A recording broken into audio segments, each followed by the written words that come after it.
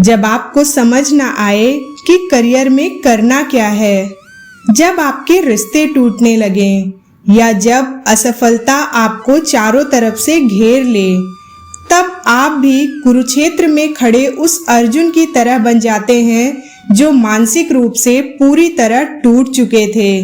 लेकिन तभी अर्जुन के मनोबल को बढ़ाने के लिए उनके सारथी बनकर आए भगवान श्री कृष्ण, और उन्होंने अर्जुन को जो मार्गदर्शन दिया उसे ही आज हम कहते हैं श्रीमद् भगवद गीता। श्रीमद् भगवद गीता आज के समय में हमारी हर कठिन परिस्थितियों से हमें निकालने के लिए भगवान कृष्ण की तरह हमारे जीवन की सारथी बनकर हमारे साथ है। लेकिन सबसे बड़ा सवाल यह है कि इतने जटिल ग्रंथ को हम समझें कैसे। नमस्कार दोस्तों, आज हम किसी पौराणिक कथा की बात नहीं करेंगे, बल्कि उस परम ज्ञान की बात करेंगे जो आपके जीवन को पूरी तरह से बदल कर रख देगा। आज हम जानेंगे भगवद गीता से सीखने योग्य वो 5 अनमोल बातें जिन्हें यदि आपने अपने जीवन में उतार लिया तो दुनिया की कोई भी चुनौती आपको हरा नहीं पाएगी।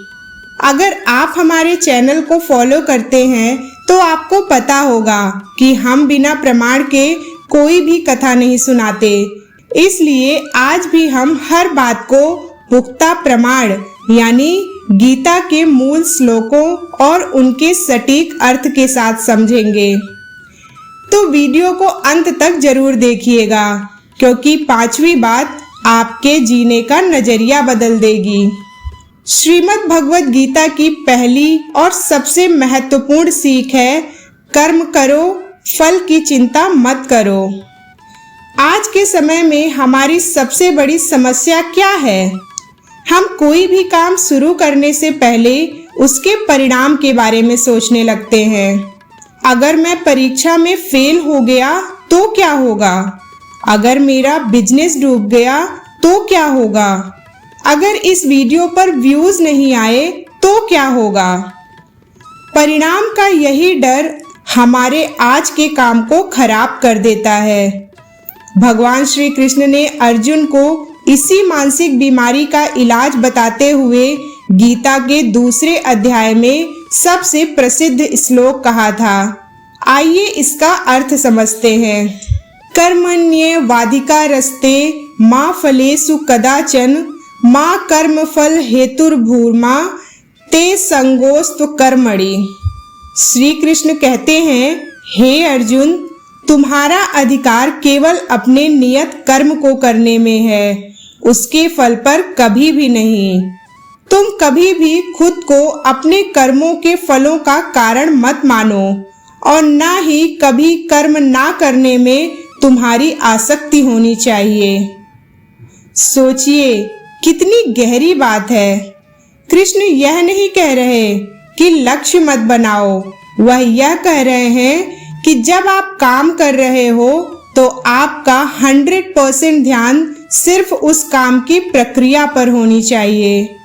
जैसे जब एक बल्लेबाज क्रीज पर होता है, अगर वह हर गेंद पर यह सोचे कि मुझे शतक बनाना है, तो वह अगली आने वाली गेंद को ठीक से खेल ही नहीं पाएगा।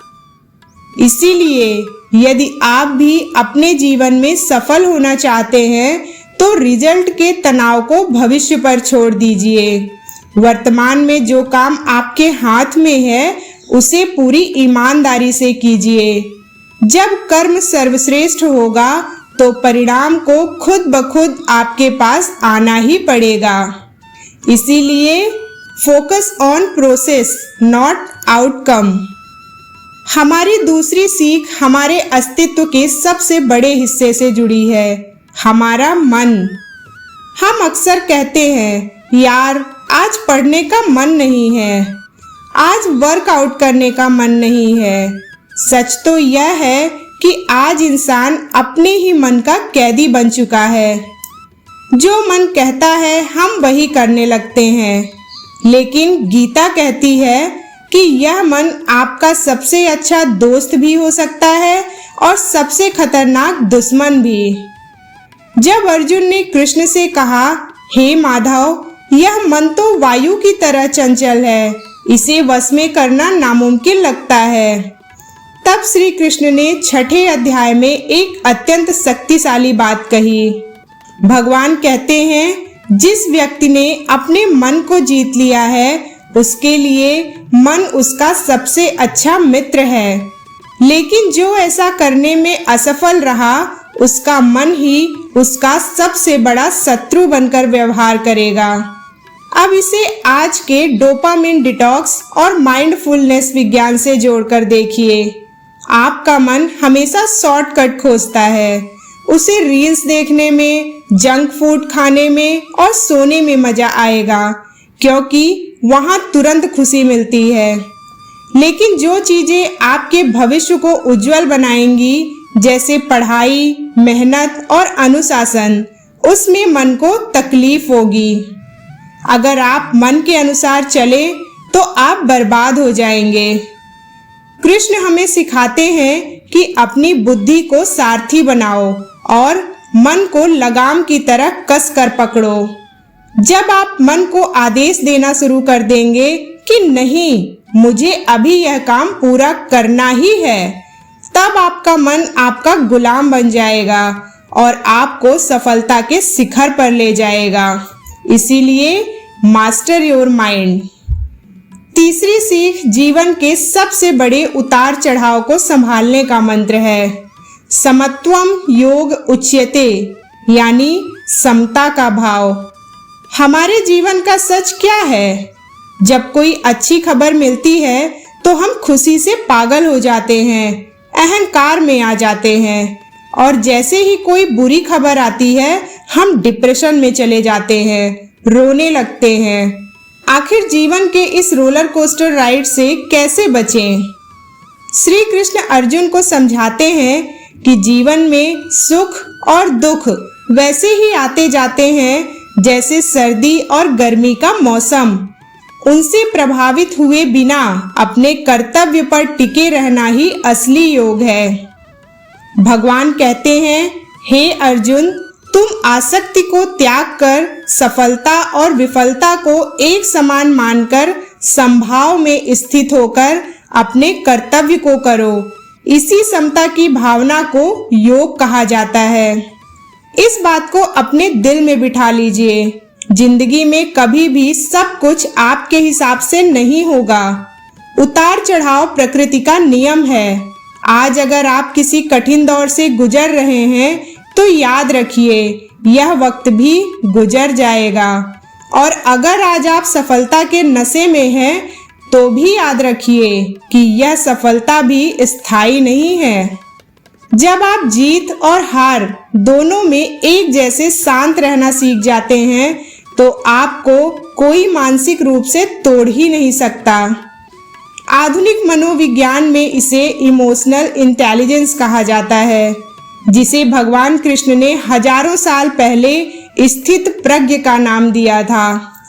चौथी सीख जो हमें सीखनी चाहिए वह है परिवर्तन को स्वीकार करना और अपने भीतर के अनजाने डर को खत्म करना। हम अक्सर किसी भी बदलाव से डरते हैं।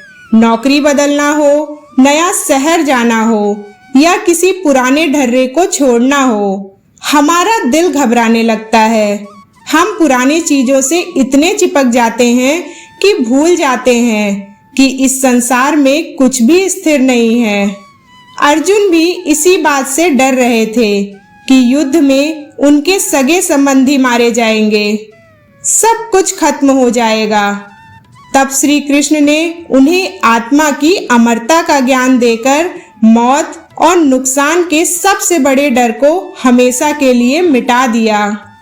भगवान कहते हैं, जिस प्रकार एक मनुष्य अपने पुराने कपड़ों को त्याग कर नए कपड़े धारण करता है, ठीक उसी प्रकार यह जीवात्मा भी पुराने और व्यर्थ के शरीरों को छोड़कर नए भौतिक शरीर में प्रवेश करती है। इस श्लोक का आध्यात्मिक महत्व तो है ही, लेकिन इसका व्यावहारिक जीवन में क्या मतलब है? इसका मतलब यह है कि परिवर्तन ही संसार का नियम है।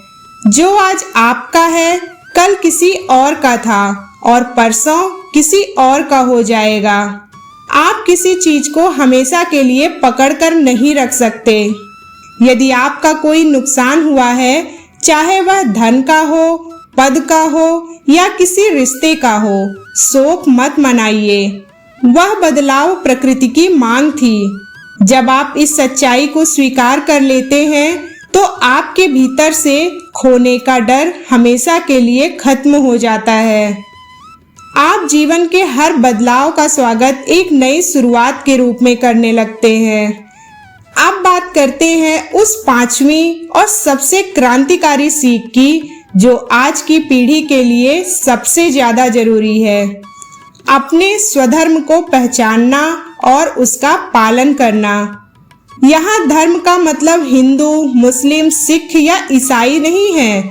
गीता में धर्म का अर्थ है आपका कर्तव्य, आपकी प्रकृति और आपकी आंतरिक क्षमता।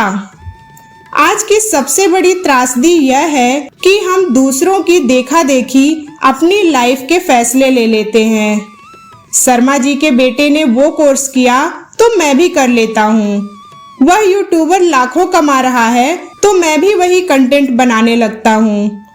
हम दूसरों की नकल करने में इतने व्यस्त हैं कि अपनी खुद के यूनिक टैलेंट को भूल चुके हैं। अर्जुन एक क्षत्रिय थे। उनका स्वधर्म था अन्याय के खिलाफ लड़ना, लेकिन वह सन्यासी बनकर भीख मांगने की बात कर रहे थे। तब श्री कृष्ण ने उन्हें चेतावनी देते हुए अध्याय 3 में एक बेहद कड़ा श्लोक कहा। भगवान कहते हैं, दूसरों के कर्तव्यों को पूरी सटीकता से अपनाने की तुलना में अपने खुद के स्वाभाविक कर्तव्यों को दोषपूर्ण तरीके से करना कहीं अधिक बेहतर है। अपने स्वधर्म का पालन करते हुए मर जाना भी कल्याणकारी है, लेकिन दूसरों के मार्ग का बिना सोचे समझे अनुसरण करना अत्यंत भयावह और खतरनाक है। अर्थात भगवान स्वयं कह रहे हैं कि किसी दूसरे की नकल करके परफेक्ट बनने से लाख गुना बेहतर है कि आप अपनी कमियों के साथ वह काम करें जिसके लिए आप बने हैं। यदि सचिन तेंदुलकर समाज के दबाव में आकर डॉक्टर या इंजीनियर बनते तो देश एक महान क्रिकेटर खो देता। यदि लता मंगेशकर जी कुछ और करने की कोशिश करती तो शायद संगीत जगत अधूरा रह जाता। आपकी ताकत क्या है? आपकी आंतरिक कॉलिंग क्या है? उसे पहचानिए। दूसरों की जिंदगी जीने की कोशिश में अपने कीमती जीवन को बर्बाद मत कीजिए। जब आप अपने स्वधर्म पर चलते हैं तो भले ही शुरुआत में मुश्किलें आए, लेकिन अंत में संतुष्टि और सफलता दोनों आपकी ही होती है। इसीलिए फॉलो योर ओन नेचर।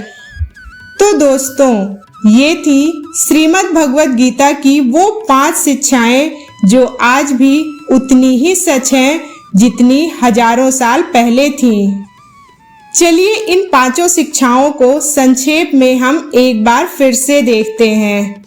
पहली शिक्षा है अपने कर्म पर ध्यान दें, फल पर नहीं। दूसरी शिक्षा है मन को अपना मित्र और गुलाम बनाएं। तीसरी शिक्षा है सुख दुख में अपना संतुलन ना खोएं। चौथी शिक्षा है बदलाव को स्वीकार करें और डर का त्याग करें। और 5वीं और सबसे महत्वपूर्ण शिक्षा है दूसरों की नकल छोड़कर अपने स्वधर्म का पालन करें। भगवत गीता कोई ऐसी किताब नहीं है जिसे केवल बुढ़ापे में पढ़ा जाए या पूजा घर में बांध कर रखा जाए। यह जीवन जीने की सबसे बेहतरीन हैंडबुक है। जब भी आप निराश हो, इसके पन्नों को पलटिए। आपको अपने हर आधुनिक सवाल का जवाब यहाँ मिल जाएगा। आपको इन 5 बातों में से कौन सी बात सबसे ज्यादा छू गई, नीचे कमेंट सेक्शन में जरूर बताइए। अगर आपको द हिडन मिथोलॉजी का यह प्रामाणिक प्रयास पसंद आया हो तो वीडियो को एक लाइक जरूर करें और अपने दोस्तों और परिवार के साथ शेयर करना ना भूलें ताकि यह दिव्य ज्ञान हर किसी तक पहुंच सके। चैनल को सब्सक्राइब करके बेल आइकॉन जरूर दबा दीजिए ताकि सनातन संस्कृति का ऐसा ही रहस्यमयी और तार्किक ज्ञान आपको मिलता रहे। मिलते हैं अगले वीडियो में, तब तक के लिए जय श्री कृष्ण।